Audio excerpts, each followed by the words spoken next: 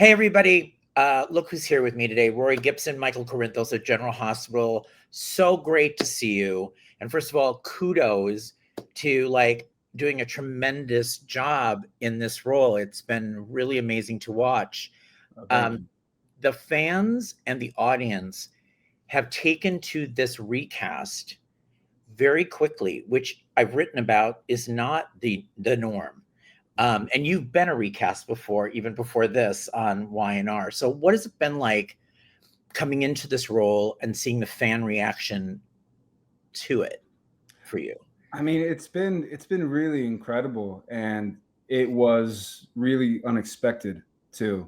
Yeah, as you stated, I've been a recast before, so I was kind of expecting some resistance. I know change is hard, and I know that Chad had been there for a really long time. So I was kind of like buckling down and getting ready for people to maybe not be so welcoming to me jumping into such a big part of the show. But everyone has been overwhelmingly kind and loving, and it's really filled my heart up. It's been the most incredible experience. So taking us back before we go into the nitty gritty of this current storyline, which is so great, take me back a minute in the casting of this. Like, what happened? I mean, I know people knew of your work. Mhm. I think Mark Teschner knew of your work and all of that. So did you screen test with Caitlin and Laura? No. Yeah, I did, but on separate screen tests. So originally, I got a tape request for Vaughn, the WSB agent, now played by Bryce. And I sent that tape in, and it felt like a good one. It was cool. And then Mark got back to my manager and my agent relatively quick. And then I went in, and it wasn't a screen test. I did a chem read, though, with Eden. And we did that, and it went really well. And we finished it up, and Frank was kind of leaned back in his chair and just looking at me, and there was something going on where I could see him thinking, and I didn't know if he was thinking like, this guy did a really good job or this guy did a terrible job. What's he doing here? So I was kind of just standing there like, and then he was like, yeah, you were on Y&R, right? And I was like, yeah. He's like, yeah, you're good. And I was like, oh, thank goodness. So did that. Went well, went home, and then I think it was like 2 weeks passed, and then they called and they said that I didn't get that. And I was like, all right, that's that. But then my agent was like, well, they actually want you for a different role, and they want you for a contract role. And I asked for some details, and they said that they couldn't give me any. They're like, they're not. That's a frustrating thing. Like, aren't you probably like, what is that like? It must have been like so awful. Oh God. It was driving me crazy because I asked and they said they can't give you anything, and I was like, okay. And I understand now because of the severity of this character coming back in. But at the time I was just like, how am I supposed to do this? I like, all I have to work with is the sides. So I was hounding my manager and my agents for some information. They couldn't give me anything. And then eventually the screen test came, and my first one was with Katie McMullen and Kate Manzi. And that went really well, and they were both terribly sweet. And it was a good time. And then another 2 weeks passed, and they brought me in for another screen test. And I believe I was originally supposed to screen test with Laura and Maurice, but Maurice had like a huge day that day and couldn't make it up. So they brought Steve in as like a last minute replacement for it. And those both went really well too. And it was a cool experience. I had been a big fan of Steve's for a long time because he voices one of my favorite characters in my favorite video game, Final Fantasy VII. So it was kind of a trip getting to read with him. Did you know? So when did you know that you knew all along that Steve was Jason and he was the guy in the video? Like, you'd follow him? Yeah. I knew because I started playing Final Fantasy like way back when, and he was in Kingdom Hearts as well. So I was aware that Steve Burton voiced Cloud, and I was aware that he was also in General Hospital because my grandma and my mom were big fans of the show. So then we were sitting up in the waiting room, and Mark Teschner tells us, like me and the other guys who were in there, by the way, you actually won't be reading with Maurice today. You'll be reading with Steve Burton. And I don't get like starstruck or anything, but for like a split second, I was like, oh, that's cool. That's cool. So yeah, it was a good time. It was a nice, smooth experience. And then after that last screen test with Laura and Steve, I started working a week later. It was a very quick turnaround. that is mind-boggling, like the turnaround. So they Yeah. say, so now you obviously know it's Michael at this point, and then you're like, and did you know about the Chad situation and him leaving the show? Like, how much were you aware of? I wasn't too aware of the situation. Once I found out that it was Michael, I did a little bit of research, just because I wanted to know, and I saw that he had left the show and that he had good reasons to leave the show, which kind of just fueled me up even more to be like, okay, I want to really do right by this character, because this guy, he took care of this character for such a long time. So I definitely felt the responsibility of, making this work. And I was happy to bear that responsibility. I was talking to Billy Flynn the other day. I did a live stream with him talking about him taking over the role of Kane Ashby on YNR when he played Chad Demira on Days, and now Connor Floyd is playing.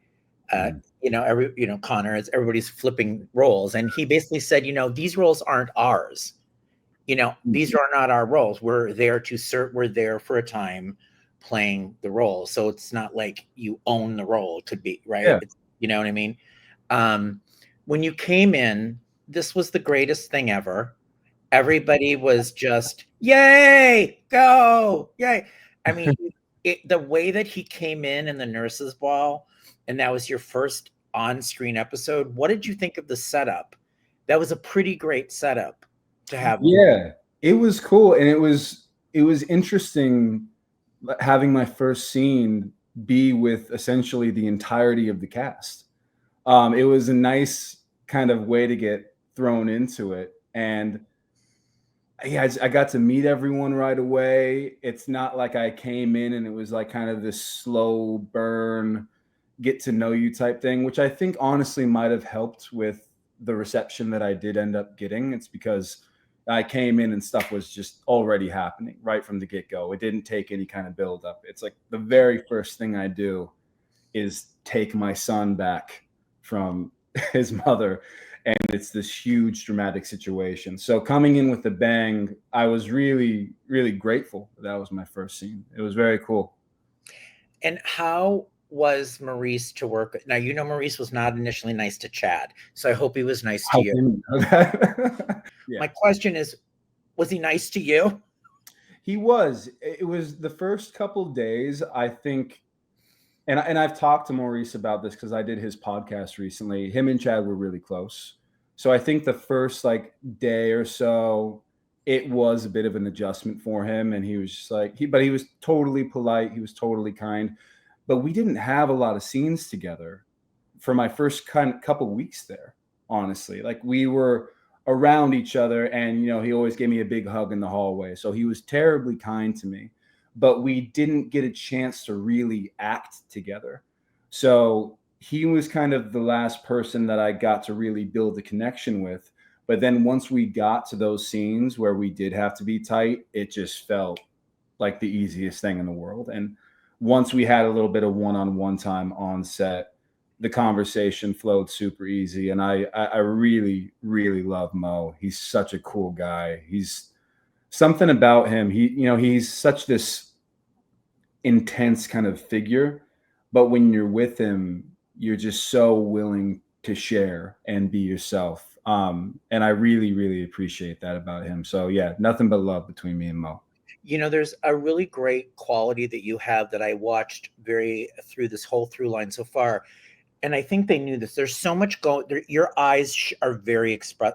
You kind of know what's going on with Michael, and they say the eyes are the windows to the soul. And I watch your eyes, and it's either heartbreaking or, he's upset or whatever, but it's very much in your eyes. Do you find that on television, because you have to work in a small, right? The camera's here, right? So do you intentionally do you try to minimize, or what kind of acting do you realize they're going in my eyes? And it's strange. It's not that I necessarily know how close or far they're going to be, but so I didn't really go to an acting class, and I've never been properly taught except for by my manager. My manager was an actor, and he was a damn good actor back in his day.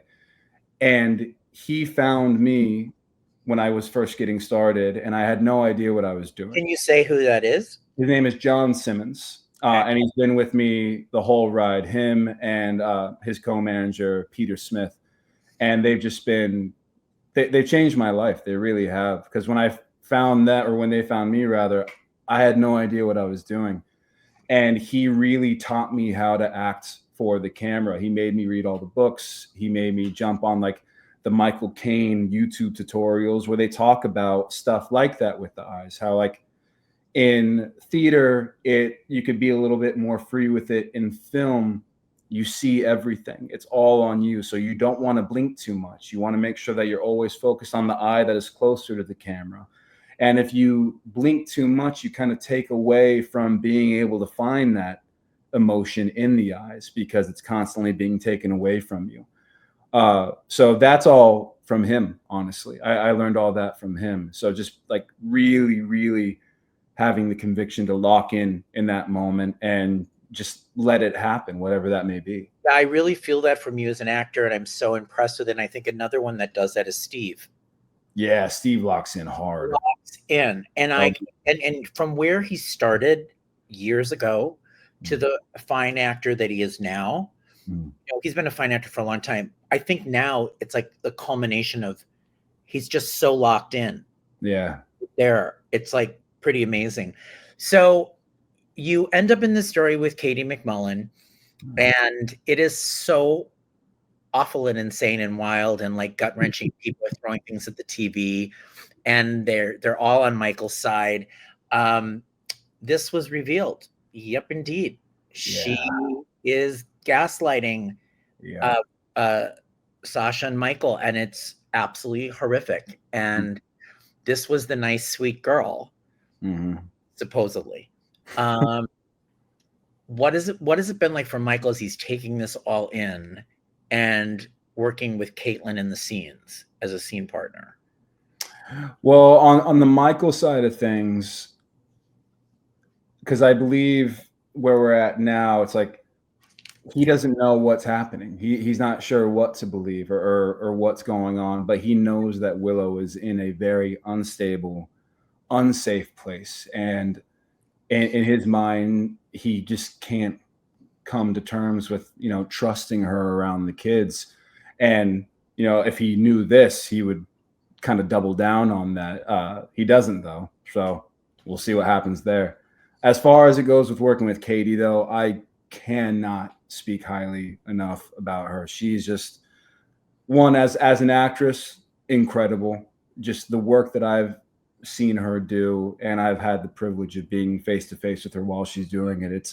It's really, really remarkable to see. And it's also cool because, you know, we didn't have much of a build up. So me and her kind of had to jump into the fire together immediately, which I was really curious what that would be like, because we didn't have all this time to kind of build this rapport or build this chemistry. But it just, with Katie, it comes so naturally. I feel very close and connected to her already. She's an unbelievably kind, sweet, generous person.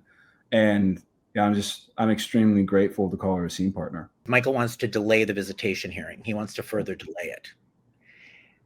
But Drew says he's got the ammunition against Michael, and it's now going to be at play to make him look like an unfit father. So that's kind of where we're at. That guy. Can you believe Cameron Matheson? I know. And what happened? And it's insane too, because it's similar to like with Katie, how in real life, Cam is like the loveliest guy. He's so nice and he's so cool. But Drew, man, oh my God. What a punch of trash. I would love to. Drew, not Cam. Cam would beat me up. He's way bigger than me. You know, the funniest thing is I've known Cameron since all my children. So decades. Sweetest guy. Like I just can't believe what a complete asshole he plays on this now. Nuts. It's amazing. It's nuts. And it's funny though, because it really is a testament to how good of an actor he is, because people like hate him right now. They hate him. but it's like, meet him in real life. You're not going to find someone cooler or more kind or just more down to earth. He's a very, very good guy. Okay, so I'm going to tell you my Michael Fairman projection of Okay. what I think is going to happen. You don't have to say anything. I'm going to try to poker face this. Just poker face it. So there was a reason they implanted the thing that Michael was on pain pills, painkillers when he said that to Sasha, when she's like, I didn't know that he's on painkillers from his burns. I am worried that he's going to hook him on the thing and make him look just like a drug addict. Okay. That's how he's going to do it. But you do have to agree it's a kind of a good idea, whether it happens. That would be a great idea. Whether or not that's happening, I don't know. But they put those little things in, and that's what I'm thinking. And you want to know what, Rory? If that happens, this guy needs to be like, yeah, for real. But I'm thinking, if it does happen, what fantastic story for you. That's all I'm saying. Yeah. I've seen a lot of theories jumping around online and stuff, and it's funny because I'll see some that, because we're not too far ahead, if I recall correctly. We've been on break for a while now, so I kind of forget where we've left off. Honestly. Are you like 6 weeks ahead? I feel. I think so. Yeah, I think so. Something like that. So there's like certain things that I'll see online prediction wise that seem relatively close to what's happening, and then some that are like way off, but I see all of them and it gets me excited, and it almost makes me be like, oh, I hope, the powers that be are looking at these opinions or thoughts, because this would be really fun to play. Like, this would be cool. This would be interesting. This would be challenging. So I'm game for whatever's coming my way at this point. I think it's going to be made. Now, the other thing is, can we talk a minute about Sophia Madsen? She's the best. I love Sophia Madsen. And before you came on the show, did she kind of fill you in on all the torture they put Sasha through, her character? No, she didn't. She didn't tell me much. I had heard rumor that she kind of was always just going through it. It's like, put everything on Sasha and it all just poor Sasha. Everything happened to her. Yeah, basically. But I didn't know too much about it coming in. They gave me a very long breakdown of my character coming in, so everything that happened to her that kind of relayed into my character's life, I knew about that. But besides that, I didn't know too much. But I would ask her a lot of questions, and just like Katie, Sophia is just one of the loveliest people that I've ever met in my life. She is incredible, and she's so talented, and I love working with Sophia. So how does Michael feel? And on what's coming up this week, he contemplates whether he should take Wiley and Amelia to join Sasha, since she's leaving, planning on leaving. And he talks to Tracy. He thinks maybe it's time to start over. Does he really feel that way? Like, maybe that is because she's planning on leaving with his child. He's got his other two. It's a terrible predicament for him, actually. So what are you playing in that moment? Or like, what is Michael kind of trying to do? In that moment, I mean, just to be candid about like where my headspace was kind of coming into those, I've been playing it as though Michael's falling back in love with Sasha, like very much so. And on top of that, they now have this child together. So essentially it's like, I've had all this stuff happen. I've gone through so much in my life, and then this huge fire happens that almost takes me out of the game completely. And I come back with kind of a new perspective on life, and in a sense being like, I'm going to take charge of my life. I'm going to take a hold of this thing. And then finally, even though there still is a lot of messiness and a lot of chaos, especially in regards to, everything that's going on with Willow and Drew, but at the end of the day, I have my kids. I have Daisy in my life now. Even though Sasha has been kind of like just a little bit at arm's length, as I'm sure you guys have seen on screen, like those walls were kind of coming down more and more and more. And so in my mind, I was like, we're getting to this place. We're getting to this place. Now to have this situation happening where she's talking about leaving, in my mind, for Michael, it's like the most devastating thing that could be happening right now, where he's like, my life was finally getting back to a good place, and I could have had that loving, perfect family again, and we could have had that unit that I had lost with Willow. And now there's a chance that that's going to be taken away from me again. So I think he's filled with a lot of, frustration and sadness, and honestly, a lot of rage too. He's not happy right now. He's very angry. Oh, and there's a scene where he has a gut-wrenching goodbye to Daisy, and he's unaware that Sasha is watching it. Yeah. What was it like to have the goodbye and do it with the baby? It was interesting because it ended up going differently than I expected it to, differently than I had planned it to. And that's kind of just the name of the game with acting. I so badly wanted it to be this very broken, devastating thing. And I think to a degree it still is that, just given the context of the scene. But in the moment, I'm holding this baby, and it's the same baby that we had been using for quite a while. And I had kind of grown attached to this baby because they were always smiling back up at me, and like there was a good connection there. So I was holding the baby and doing the scene, and I couldn't help but smile a couple times, even through, the sadness of the scene. So I'm interested to see how that plays out. But yeah, it was a hard one. And reading that scene the days leading up to it, usually I'm able to, get through the script and kind of gauge where the feelings will be. But the feelings just came with that one. Like I cried while reading that script. It really hit me. And me and Sophia talked about it, and she had a very similar situation where she's like, I read this last night and it like broke me. It's a sad scene. And sometimes babies really throw you in a scene. I talked to a lot of actors, like if they start spitting or like looking the other way, or or they're not paying attention, but that was not your situation. No, threw me maybe, but not in any way that was bad. If anything, I think it might have lended to the scene a little bit, because the baby was sound asleep and looked so peaceful. So I wanted to have this kind of like guttural reaction, but then, you're in Michael mode, and he's not gonna upset his baby and ruin this moment that he has with her.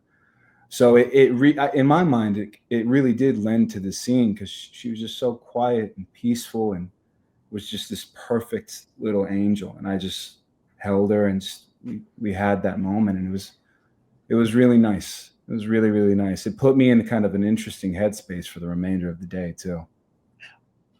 If she does, in fact, if Sasha does take off and leave, and Michael, so he's literally would then not, how would he not see his child? Is that kind of where, would he not see Daisy, do you think? Or do you think we'd see off screen that maybe somehow he went to see her? I mean, I wonder what the it's hard to say. I'm not sure if they ended up going down that route, because as of right now, the reason that they're sending them off is because we feel that we're being targeted in some way. Right. So I feel like probably for their safety, he probably wouldn't go see them. Yeah. So that's what I would imagine would happen. He'd probably, and that's probably why this feels so devastating at the moment, because in his mind, he's like, I don't know when I get to see them again. I don't know if I'm going to see them again.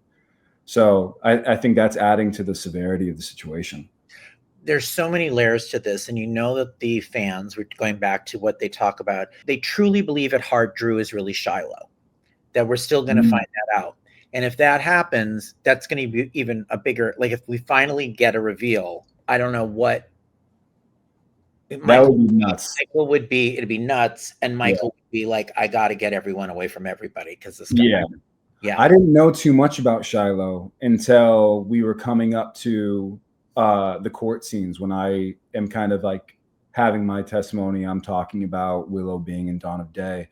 Then I jumped back in and did some research on him, and that dude was a real piece of work. So it's like Drew's bad, but if Drew ends up being Shiloh, then it's a whole different game. Like things are getting scary.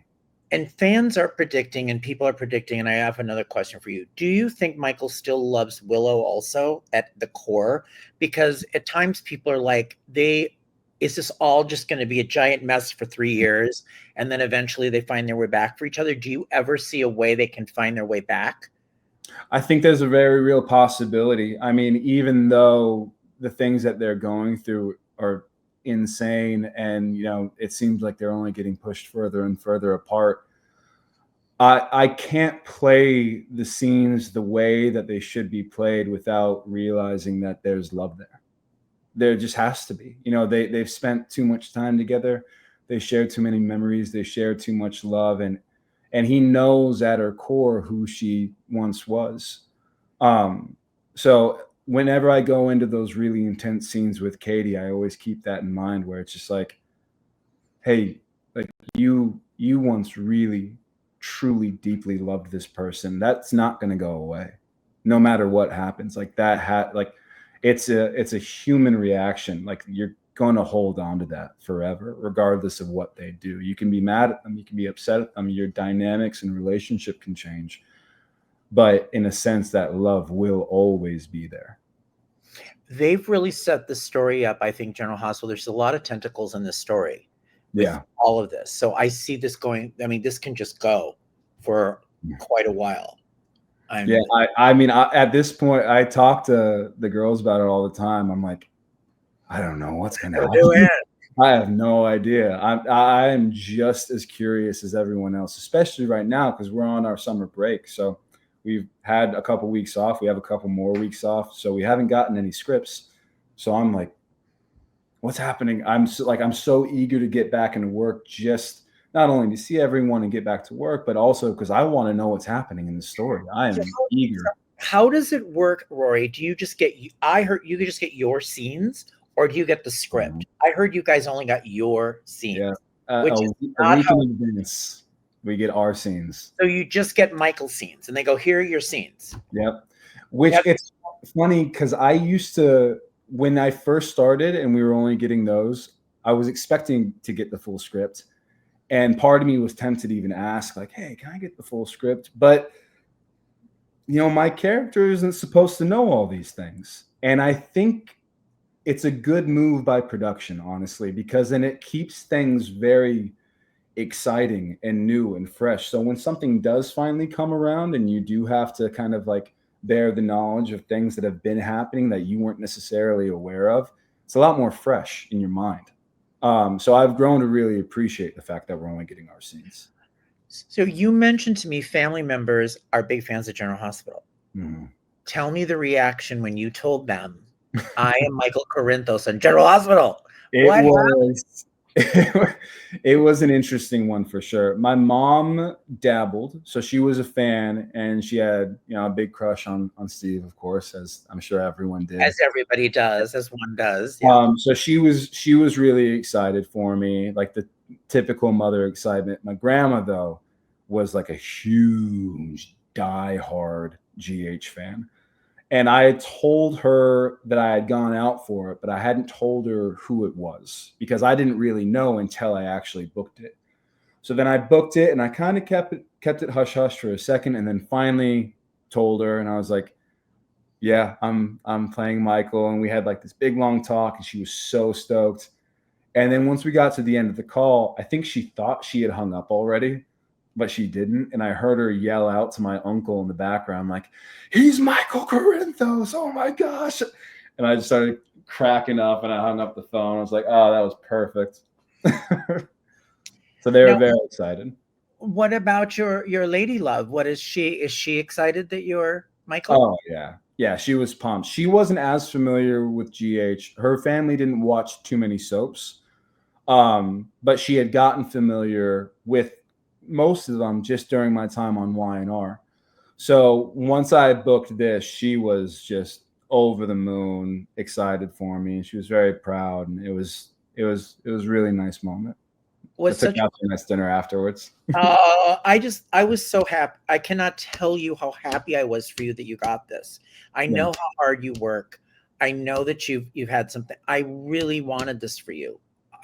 When I heard, I really wanted this for you, and I'm so glad. Like sometimes, finally, the universe gets some things right, and I was just so happy for you. That's so nice, man. You've and just to reciprocate a compliment. You've always been so kind and cool and generous, and just you're a good guy, Mike. And I've always really liked talking to you. Thank you. I want to get your thoughts on a couple people. How about this one, Laura, your mom? Laura's incredible. So this is your on-screen mom, and you're like, this is my. So did you know of Laura Wright before? Once I started doing a little bit more research on GH, I did. And my grandma, my mom, and one of my best friends, Jenna, she's like a diehard GH fan. They all knew who she was. They were familiar with her. They were big fans. And I had seen a couple episodes with her in it, just like doing some research. And I was like, oh, this lady can act. Like she's good. She's really good. And she was just right away. Like she's not a shy person. I came on set. She was just like, pleasure to meet you. Like, let's get this done. Let's get after it. And I joke that she's kind of become like my new acting coach. And all the advice she gives is top tier, on the money. She is as professional gets. She's incredible. I've literally done shows with her where she's been my co-host. We've done radio shows. We've done the GH convention together. And when you get her talking about the art of acting, I'm like, it really, she knows what she's saying. Like you're literally, okay, she knows what she's completely doing. It's interesting too. Like I can't remember exactly what the scene was, but I remember there was one time I was kind of struggling with like the inner monologue of a scene. And it was something that I didn't think someone else can understand because it was stuff that I had been dealing with. And again, we don't get other people's scenes. So she wasn't necessarily familiar with what the scene was. And I kind of gave her like a rough idea of what it was. And she came back with like a boom, boom, boom, boom. And I was like, oh, that's it. You're right. Thank you so much. I love you. Goodbye. And she's just so in tune with what's supposed to be happening and just like human emotion and acting and just the craft overall. She's a real gem of a person. You also, I'm bouncing around for a minute, but one of my other favorite people was Joshua Morrow, and you got to be his son on YNR. And I had so hoped this would have been longer for you because I love Josh. Me too. Can you talk to me about Josh? And has he been at all? Did he reach out to you about getting Michael, or have you guys communicated at all, or what happened? So Josh is a big part of my life.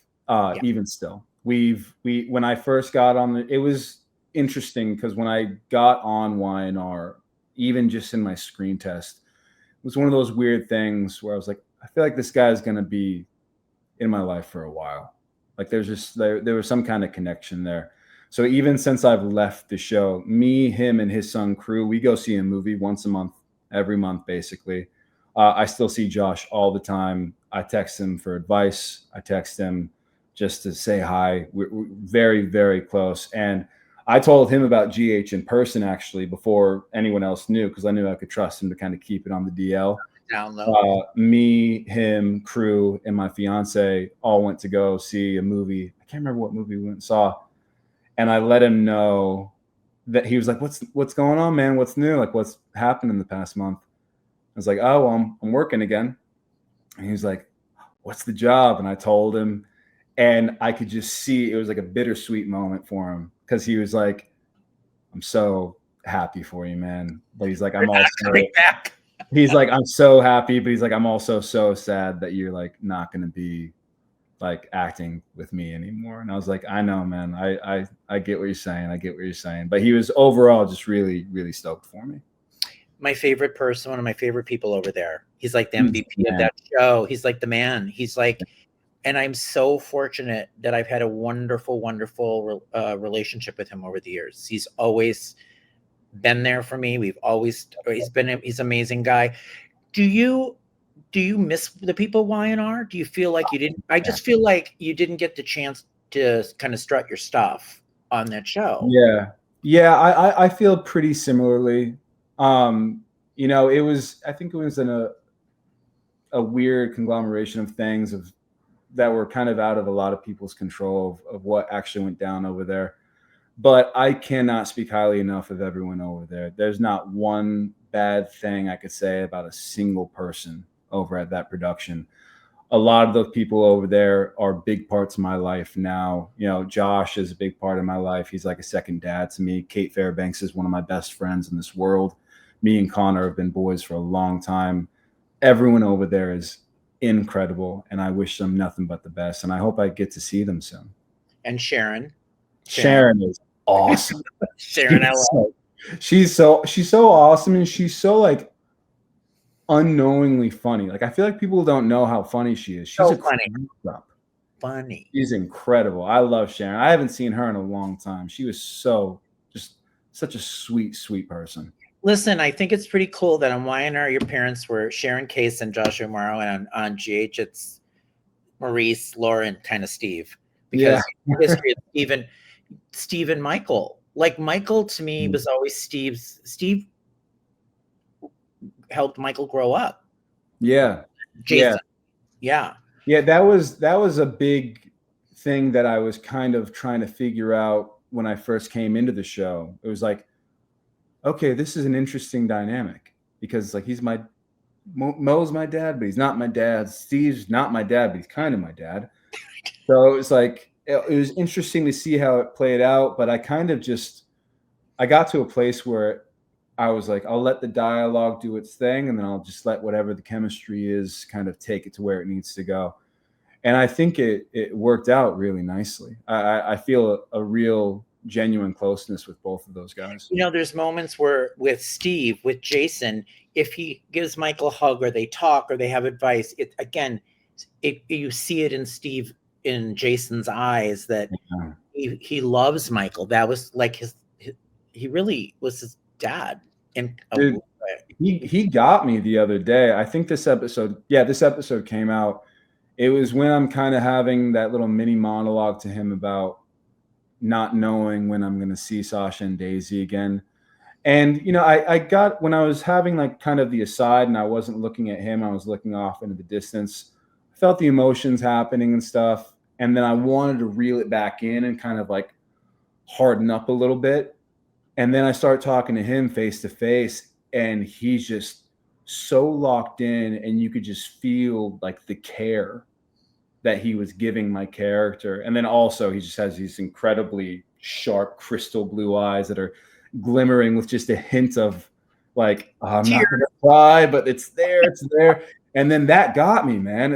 I was like, I wasn't trying to get like a tear out again, but all of a sudden, next thing I know, I have tears just running down my face. I'm like, he got me. Do you have a favorite scene that we have seen that you would say, I really love I don't know how you are about work. Do you watch your work back? Do you not like watching it? And then is there a favorite scene you've had so far on the show that we've seen? I'll watch it if there's a scene I'll watch it if there's a scene that I felt kind of questionable about, if I want to be like constructive and like kind of figure out how I could have fixed things or done things differently. Or if it's a scene that I just felt really, really good about.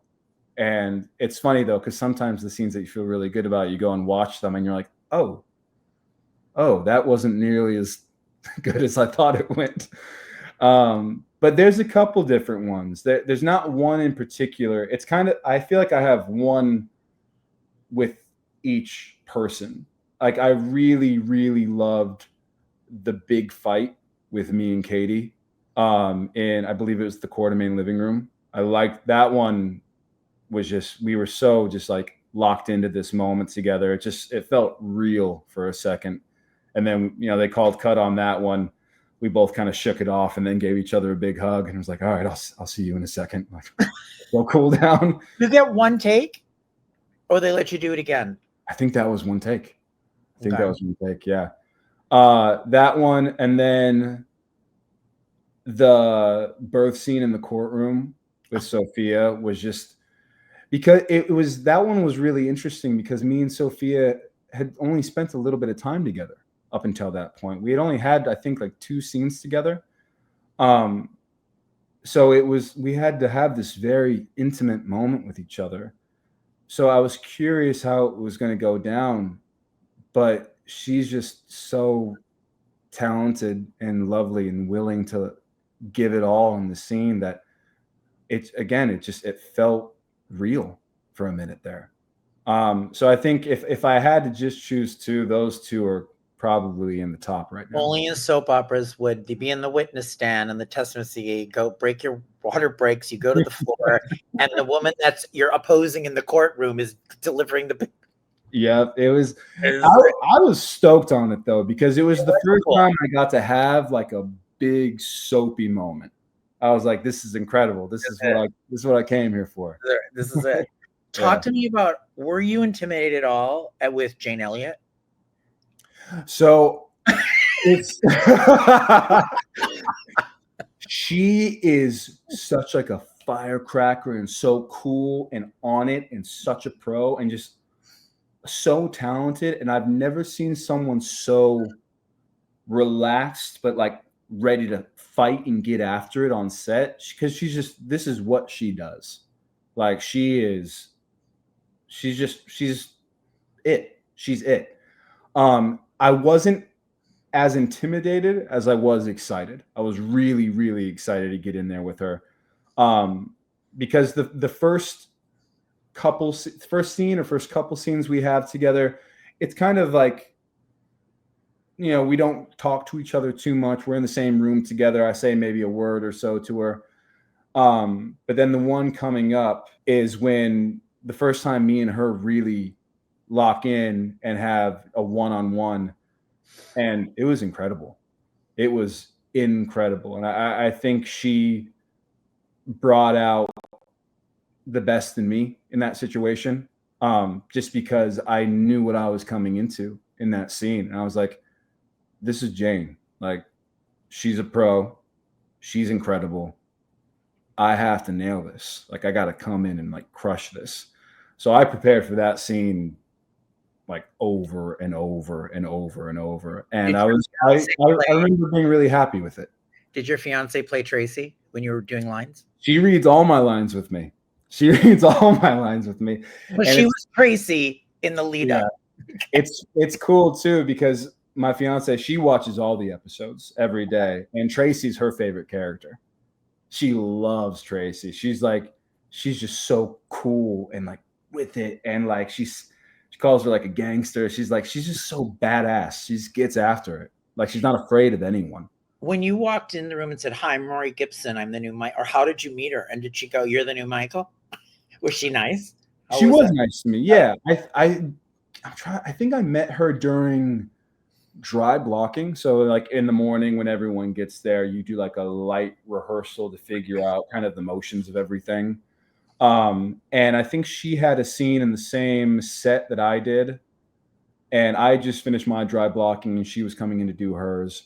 And it was a quick like passing by thing. And I saw her like look at me and kind of have that look of like, oh, I like don't know who you are. She's like, "Hi, I'm Jane." And I was like, "Oh, I'm Rory. It's nice to meet you." And she's like, "Are you playing the new Michael?" And I was like, "Yeah." She's like, "Oh, welcome aboard. Like, we're happy to have you." So she was very cool. And how about my friend Eden McCoy? Was she, because that's just like sister kind of. Yeah. Eden's awesome. It's funny because my kind of journey with Eden has been different, because when I first came in, we were doing a chem read together. Right. For Brian. And the scene, it was interesting because it was a chem read. So they did, and ultimately it's led to, Vaughn and Jocelyn having a romantic relationship. So there had to be like a tinge of that in the chemistry read. But also in my interpretation of that scene, I thought the character was really trying to intimidate her. So when we did our chem read together, I was like really trying to scare her and be like this brooding, tough guy, and like getting all like, "Oh, I'm like an agent and like you don't know anything about this life." And Eden's just so cool and like calm and collected that she was unfazed. She's just like, "I'm not afraid of you at all." So we had that initially. And then I didn't see her again until I think like my second or third day outside of my entrance to the nurses' ball. And I hadn't seen her since that chemistry read. So she kind of looked at me and was like, well, you were in for Vaughn. And I was like, yeah. She's like, oh my gosh. And you're Michael now. And we like had this nice long talk. And yeah, she's Eden's as cool as they come. Like, it's so interesting cool. That so cool. And it's so interesting. I don't think the audience understands like how you go in for one role and then they remember you and then you get cast for another. It seems to happen a lot, I think, in so particularly. Yeah, it was interesting, kind of like how I was saying earlier. I could see Frank thinking about something while I was doing it, and when I finished doing that scene with Eden during the chem read, and I think that just had to be the moment where he was like, well, "This guy's not." I don't know if he was thinking this guy isn't right for this, but I wonder what he could be right for. If in that moment he was like, I think maybe this guy could be Michael instead. But I'm happy it worked out the way it did. That's for sure. I am too. Now, talk to me about, you had to do this, and everybody's like, yay, shirtless. Like, it was like, yay, shirtless. So my question is, when there's a shirtless scene, is it a major thing for you? Like don't eat for 10, like, are yours already like what is it like for you knowing like I gotta have the shirtless scene today? It's a combination of things. Well, first off, we only really find out once we get the script, and we get our scripts a week in advance. And sometimes it's not always clear cut whether or not you are going to be shirtless. You just see like Metro Court pool, and then you're just like, oh, like you're like, oh, now Metro Court pool. Start doing push-ups right now, or am I going to keep my shirt on, or what's going to happen? So then I typically will call. I have the phone number to one of our guys in wardrobe, and I'm like, yo, what's the wardrobe for this day? And then he'll get back to me. He's like, just trunks, buddy. And I'm like, okay, copy that. And I'll cut back on the carbs a little bit. I'll up the cardio a little bit.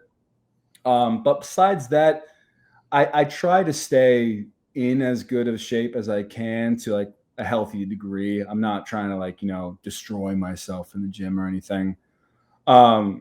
So yeah, I'm trying to, safely and comfortably get to a place. So it's not too drastic of a thing, but I definitely do some slight tweaks leading up. Right. And my question is, on a lot of shows, I always joked with Eric Martzoff and other people about the obligatory, like they would be plumbing with their shirt off. They'd be laying in a hospital. And when you're in a hospital on a soap opera, the guy's shirts are off. Oh, I didn't know that. Right. Like, is that what happens in a hospital? I don't think so. So do you think they'll have like obligatory scenes with your shirt, or do you see that in your future? Yeah, I can't remember who it was, but it was like, I remember I did, and I was flattered. It was really nice to hear and reassuring to hear. I was like, okay, cool. I guess I'm doing something okay. I did my first one, and then someone joked on set, like, get ready, you're gonna have to do this a lot. I know. I was gonna say, I was gonna get Rory. Now you're stuck. Yeah. So I was like, all right, well, I got a Peloton at home. I'll hit that thing. Hit that thing.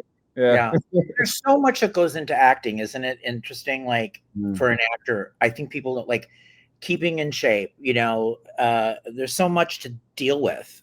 I ever wonder, do you ever go, oh my God, this is so much to deal with. Why am I doing this? Or do you continue to still have the passion for it? No, I love the lifestyle. I really do. I am one who does not do well when he's bored. I do not really. I think I'm a relatively calm person, but I don't like sitting still. I don't like being bored. I like doing things. I like being active. So, I mean, the soap life kind of keeps you on your toes the whole time, because it's like because we work so frequently. I'm always learning new dialogue. I'm always like kind of getting ready for where the script's going to take me. I always have to stay in relatively decent shape. I always have to kind of keep things sharp. And I love that. I love that kind of lifestyle. I don't like when things get too monotonous and when I get too bored. So it's exciting. It's fun. I wouldn't change a thing about it. And was this always your dream to be an actor? I think deep down it was. I always had like a rough idea that it was something that I wanted to do. There was nothing that I really loved more growing up than film and TV. But I grew up in a place where the arts weren't something that were really championed. It was more of it was kind of a rough and tumble, community that was very sports focused too. So I didn't have much of an outlet for it growing up, but it was always something in the back of my mind that I knew I wanted to try and had a strong inkling that I would really, really enjoy. So once I did, and I kind of felt that immediate rush of excitement and the challenge of it all, I knew I wasn't going to turn back from it. And you're a Californian, right? Yeah, born and raised. I'm shocked. There's nobody from California but you are. I know. Yeah. It's funny though, because I've had people reach out and they're like asking me about my accent. And I've It's from the East Coast, right? Everyone is always like, "Are you from New York? Are you from Boston? You have an East Coast accent." I'm like, "I'm born and raised in Southern California. I've never left." Like I don't know where it comes from. I know. But yeah, I've had, like, when I first got on, people were like, "Oh, this is such a good fit. He has the New York accent and everything." And I'm like, "I'm not trying to." I know that's at least you're not going, okay, like LA. Yeah, Okay. yeah.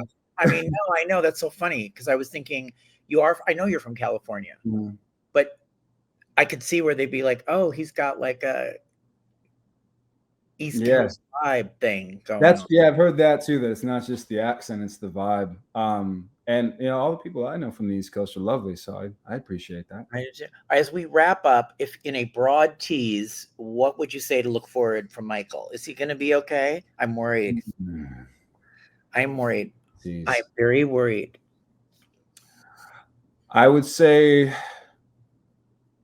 you're right to be worried, but I would also say Michael is not one to be pushed around, and he's not one to be played with, so buckle up.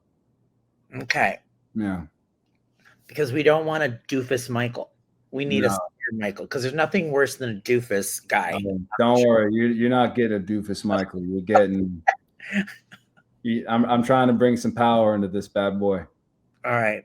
Thank you, Rory, so much. Watch Rory weekdays on General Hospital on ABC and Hulu. All right. So we will see you soon. See you, Michael.